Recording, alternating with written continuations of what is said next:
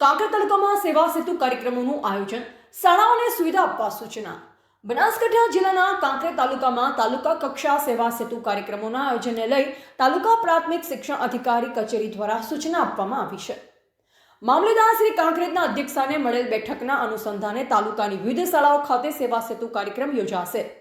મળતી માહિતી મુજબ તારીખ 7 માર્ચ 2026ના રોજ કંબોઈ પગાર કેન્દ્ર શાળા, તારીખ 11 માર્ચ 2026ના રોજ આકોલી મહારાજવાસ, તારીખ 16 માર્ચ 2026ના રોજ કસરા પગાર કેન્દ્ર શાળા અને તારીખ 18 માર્ચ 2026ના રોજ નાનોટા પ્રાથમિક શાળામાં તાલુકા કક્ષાના સેવા સેતુ કાર્યક્રમોનું આયોજન કરવામાં આવ્યું છે.